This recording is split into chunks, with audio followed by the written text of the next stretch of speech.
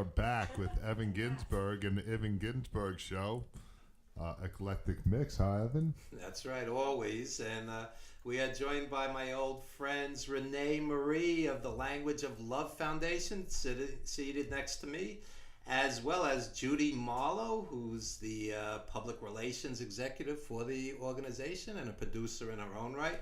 And I have RenéMarie's book in my hand, and I just want to read this briefly. Stroke of Luck is a moving, inspirational story. It tells the story of RenéMarie's spirit of endurance, selflessness, and strong, unconditional faith. On April 8, 1989, crossing over as a result of a devastating stroke, she ascended to heaven and stood in the presence of God. That's an amazing story as told in the book Stroke of Luck. And welcome to the show. And we haven't seen each other in a little bit. We were on Madhouse TV together for several years, all of us, and that was a wonderful experience. And tell us what you've been up to in your upcoming telethon and all your projects. Thank you, Evan. Thank you for having us. We really appreciate it. My pleasure. So what have I been doing? We really just been forging ahead with our foundation work, which is strokes and aphasia. Strokes, everybody knows, is really different in each person. You know, it's not the same, and it's the number one cause of disability. So, really? Yes, and that's a staggering fact. Wow. That of all the illnesses, and we're not pitting ourselves against any illness, because we all need to work together for success and recovery and for the health of people. But when it's the number one cause of disability, it's really very sad. Like that you're left with your life in shambles. And let me just say something. I mean, I'm far from an expert, but I've heard many young people as well, not just older people. Correct? I was 26 when I had 26. When I had it was a major stroke. Wow. I look like I haven't experienced a stroke, and I couldn't walk. I couldn't talk. I was in semi-unconscious for an entire week. And I believe on a spiritual side, that's where God was doing his work on me. He was really setting me in the course to learn to understand what it takes to recover. And that's why I just became a total advocate for strokes. Aphasia is really a key to understanding how the brain operates. And spell aphasia, because it sounds different than the actual spelling. I actually don't know. Let's look on there. I know it's Aphasia. Yes. Aphasia. Yes, aphasia. There you go. And aphasia is the communication, where you can't communicate, you can't think properly, you can't speak after a brain injury or stroke. So you could look normal, but your brain is not processing things quickly enough. So I hope that everybody would be compassionate when you're talking to somebody who seems a little bit off, but it may be something bigger than they really know. And even if they are a little off, I mean, have respect for everybody. My mother had breakdowns and was in and out of institutions off and on her whole life, and she was a lovely person. I mean. But I meant. Of course, people, I know you understand, but not everybody does. People judge people too quickly, and you have to have empathy. You have to have compassion in life, and that's why my foundation is called The Language of Love, because we all need to love each other.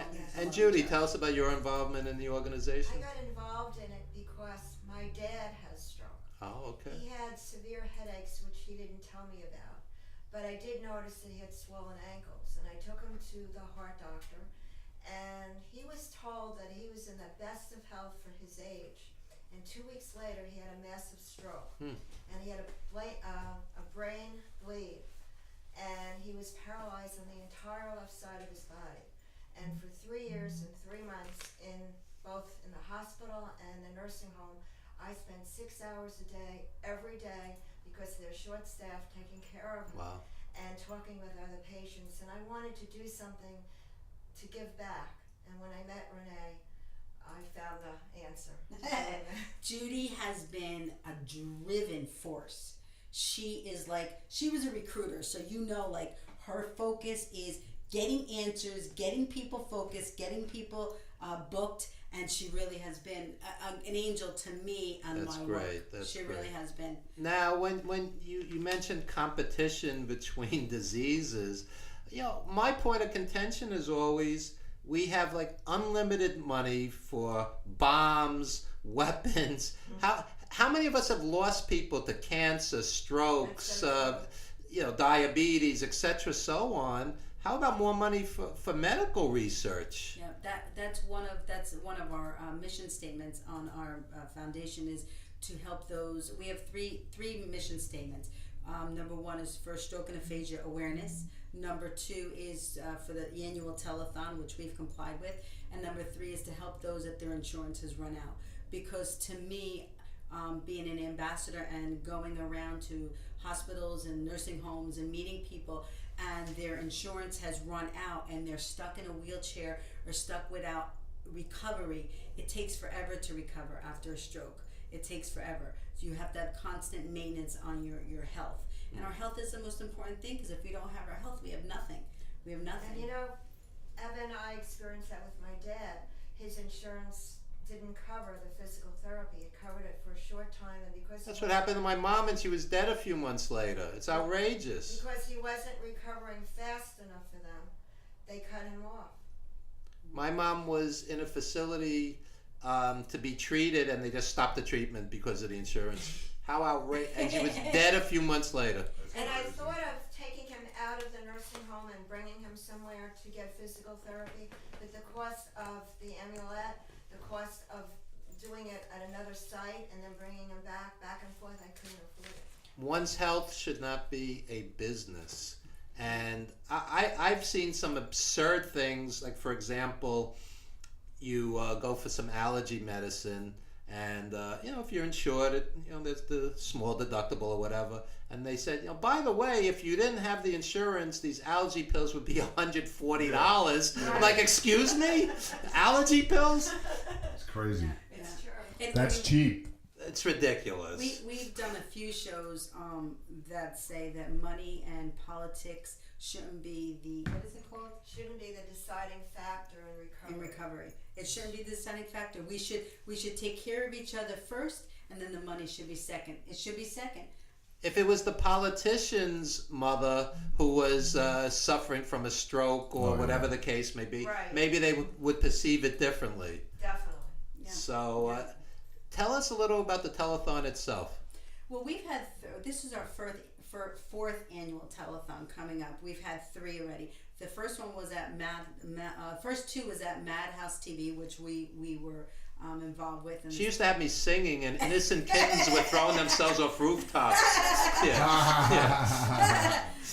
And the third one was at Mousetrap Cafe, and since they closed that, we had to really reorganize our where we're having it. We actually, if worst comes to worst, we're going to do it, not worst comes to worst, but we're probably going to do it from the New Jersey studio.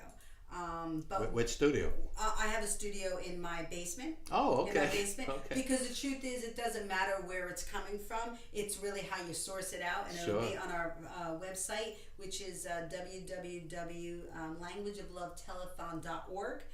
You can look for it, and we're going to stream it. And it's from on May 6th, and it's from 2 to 8 p.m. And we're going to have doctors and really this year's telethon. I really wanted to strip it down and really make it about the stories, really about the stories of those that have suffered strokes, and myself, and Judy has her father, and Nancy, who is on our foundation as well, she suffered a stroke, and Virginia Warner, who's part of our telethon team, she suffered a stroke, and so Bobby, you remember Bobby just suffered 3 strokes. Which Deborah I know 47 Barbies. Which Baby Bobby? Walker, Really? Yes. Oh, I'm yes. sorry to hear that. What a Yes. nice guy. Yes. And Deborah Holly. R&B singer. Yes, Yeah, yes. yeah. And Deborah Holly. So the platform that we had at Madhouse TV really allowed us to connect with many, many stroke victims, and we really want to sit back and say, hey, do you know,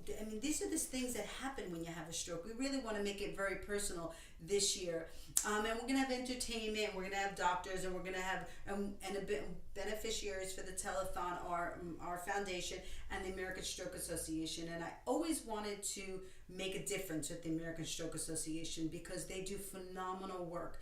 And that's why they're always a part of our telethon. They're doing such incredible medical, technical resources and truly doing the work. So I wanted to make sure that a part of our funds are really impacting the stroke world, and we're making a huge impact. That's awesome. And for our Facebook and YouTube and various other platforms, for our listeners and viewers, is there anything we can do to try to prevent stroke? Yeah, it's very, very, very, very simple. You just have to know the FAST. If you see somebody that their face is drooping, then that's a key. A is the arms, where you put your arms out. And my arm doesn't go out because of my stroke. But if someone could be slurring, or someone is doesn't look right to you, asking them to put their arms out. If both arms don't go out evenly, then they could possibly be suffering a stroke. Wow. S is your smile and your speech. Your smile. If you ask somebody to smile and one side doesn't go up the same, they could be suffering a stroke. I just want to interrupt.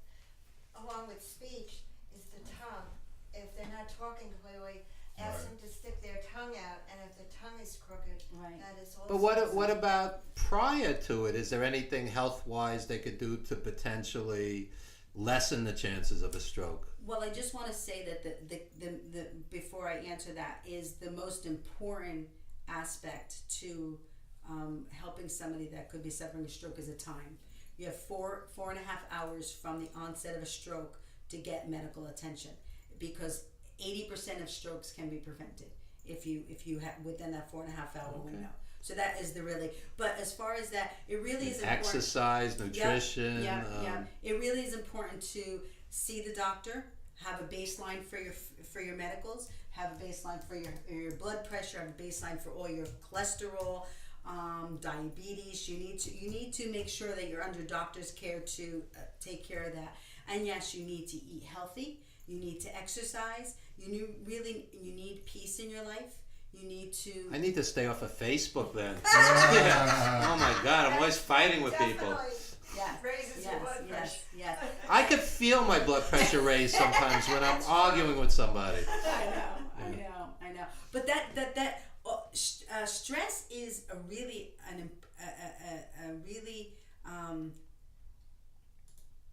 what's the word I'm looking for? It really does affect people's lives. Oh yeah. It really does, and it does make them sick. It does make them sick. So, as much as, we all have to work and we all have to live, it really is important to meditate and to really find peace in your life, because if you don't, it will trickle down to health. I practice Tai Chi, I meditate, I go to the gym, but I find, it's hard to get that balance. I mean, I'll skip multiple days, you get busy, things come up. Too. I mean, I do know what's good for me, but at the same time, it's hard to. And then you have the guilty feeling. Yeah. Why am I eating this junk food? And, Yes. But I was in the gym yesterday. I did almost 7 miles on the bike. Wow. So I'm trying. Wow. I got to keep away from those pretzels. And so you're going to be singing later in the show. You're a singer as well. Yes. And tell us a little about that side of your career. Oh my gosh, I've been part of the Grammys since, let me see. Oh my gosh, I forget. 2007. Okay. 2007, I've been part of it. But all my life, I've always sang. Music is release to me. It really is how I communicate to people. It's how I love to spread joy to people. People, if you think about it, when you listen to music, when you sing, it puts you in another space. Oh, yeah. You're not thinking about what's going on at home or you're really getting into that magical, happy, joyous love space. Well, speaking of health, they've actually done studies recently that when you're enjoying music, it has a physical effect on the brain. Yes. And it's nothing but good. They're using music as therapy now for Alzheimer's patients. Music And and memory. yeah. So music is definitely I therapeutic. can have music bring me right back to a point in my memory. Like if I hear a song, I can Right. go, wow, I remember this. Like, Yeah. I Oh, didn't yeah. realize how important music and memory were. And I was playing my father's favorite 40s music, and he was very active during Yeah. that period of time. And I found out later at seminars that music and memory brings people who are very quiet or withdrawn because of their illness back to life. Oh yeah, yeah. Wow. And Alzheimer's patients have just all of a sudden they're remembering, they're talking, they're happy Yeah. because the song brings back Yeah. whatever. Sure. It's so important. So that's really the basis too, and that's another reason why my foundation is called the Language of Love, because music is a language of love. So everything ties together. So I'm going on tour. I am on tour. Whenever I get booked at a location, I'm really spreading the joy, and it's called unconditional love. So I'm spreading the joy, and I'm really bringing to them light for life, that there is hope, because I wasn't here. I want to bring hope to people that anything's possible when you have faith and when you believe and you surround yourself with love. So tell us about the actual experience that I read off your book. You met God. I met God. Tell us what that was like.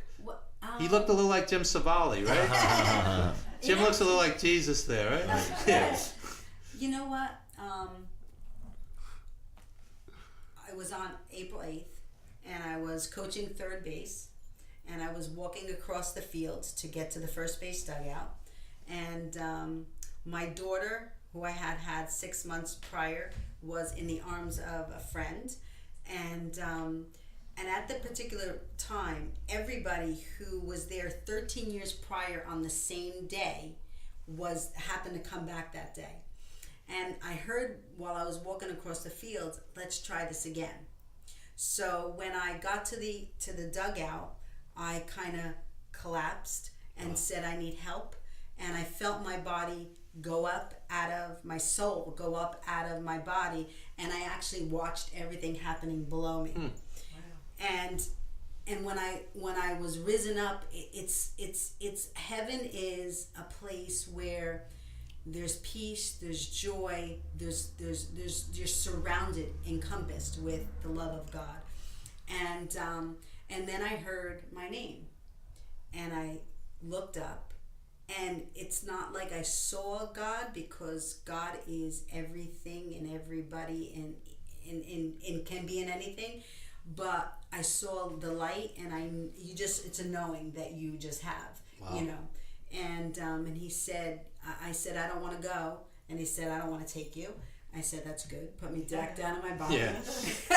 Wow. Put me back down in my body. I have some So more you had an work to actual do. conversation, sort of. Yeah. Wow. And he said to me, and this is what I said to God is, put me back down in my body. And Did he sound like James Earl Jones? What did he sound like?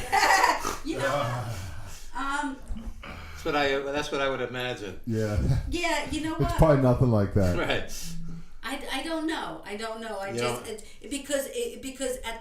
Because when you're talking to the spirits, it's really an inner knowing and a communication. It's not like, and that's an actual voice that you hear. You hear their spirit through a knowing. So it was. But that being said, like, I have a lot of friends and people come to me, oh, could you talk to God for me? And I'm like, first of all, you can talk to God yourself. Right. Anybody can talk to God. Right. And second of all, because I made this promise to God, it's really hard, Evan. It's really hard to keep the promise that you've made to God to do anything that He wants while you're on earth. It's hard. And it didn't make my recovery any less I didn't get up out of bed the next day. Right. I mean, I went through Still had to work through it all. a Yeah. lot of work, lot of work, and I'm still doing the work. So You met God. I had James Brown hug me once, so we've all been blessed. Yeah. James Brown hugged me and said, we're all brothers. I couldn't make this up. So that was a beautiful moment for me. Yes. But yes. So Judy, you're obviously very, very involved with all of this. Yes. And I read studies that when you do charitable, generous things, that has a physical and psychological effect on people as well. Yeah. It does, and I've been doing community service work for many, many years, and very involved in Rotary International, and was even an assistant district governor. Wow. For a period of 3 years, so I got to visit various clubs and help them with things, and I feel very committed to stroke and aphasia awareness, and I want to do everything I can to make people more aware and to get insurance covered or get people the help they really need. So what can we do to get the politicians on the right page and demonetize at least some of this? Because it's like if you get sick, so many people are financially destroyed. Do you know, I was talking to somebody about Affleck, and he was saying that the number one cause of bankruptcy is health. Wow. Sure. It's health. That people aren't protecting their lives with insurance, and they don't have the money to protect their lives with insurance. Even insurance doesn't always cover it. Yeah, the bankruptcy. It's so high priced. Yeah. That you can't possibly have enough money. You know what I've learned, and I had a wonderful mentor of mine tell me this. He said, just keep doing the work. Yeah. Just keep doing the work. You talk to this one and talk to that one. You try to talk to this politician. You talk to that politician.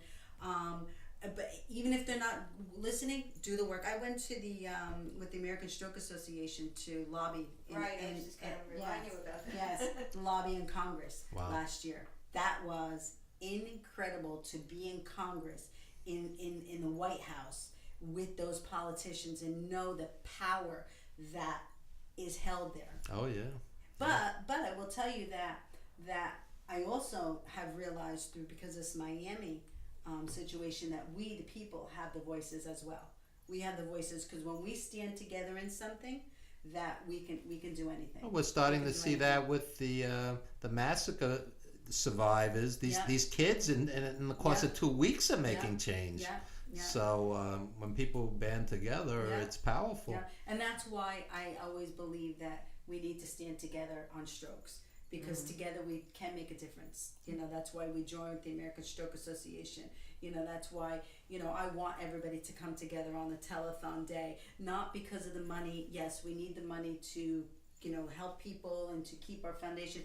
But if with that one moment, that one day, May 6th, if we can all come together and talk and support strokes and really make people aware of strokes, will make a difference. There you go. So please plug any social media and tell people again how they could watch the telethon. And you can watch a telethon on www.languageoflovetelethon.org. Our foundation is www.RenéMarie.languageoflove.org. And spell Renee. ReneMarie.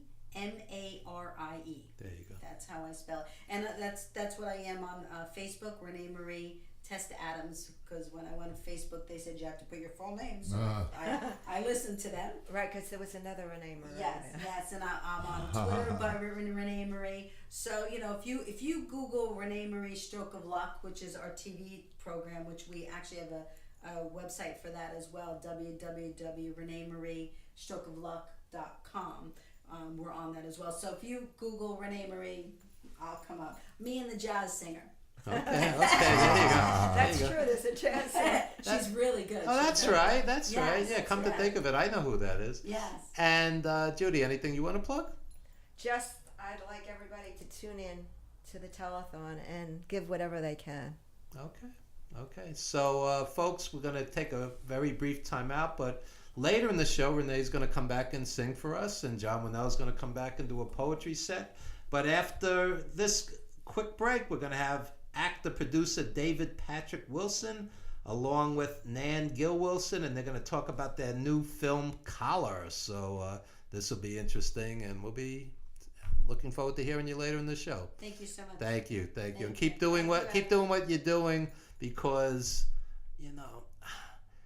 there's so many people who are ailing, and not just strokes, but they need people speaking for them. Sometimes they can't do it. Yeah. Hope is really important when you have hope. You know, when I've gone to hospitals and I've seen people laying in bed and everybody else walks out, what I like to say to them is, I want to bring you hope because I was there. So if I'm here now, if I'm able to walk, You're on a stage singing. No, really, it's impressive. Yeah. But I want to share with them that, I was there. And that's why I know that I always need to stay in tune to remember, so I never forget how it feels and I remember vividly how it feels to be laying there. I remember vividly, There you go. So it's very inspirational. Thank you. And we're happy to help any way we can here at Village Connection. Oh, thank you so much. Okay. So we're going to take a very brief time out with the Evan Ginzburg Show at villageconnectionradio.com. We will be right back, folks. Music is a universal language and love is the key to find brotherhood, peace and understanding and living in harmony. So take your brother by the hand and sing along with me. Find out what it really means to be young and rich and free. Let's go. I believe in music. I don't hear everybody. And I believe in love. Let's go. I believe in music. Lord knows that I believe in love. I believe in music. Lord knows that I believe in love. I believe in music. Lord knows that I believe in love. I believe in music. I believe in love.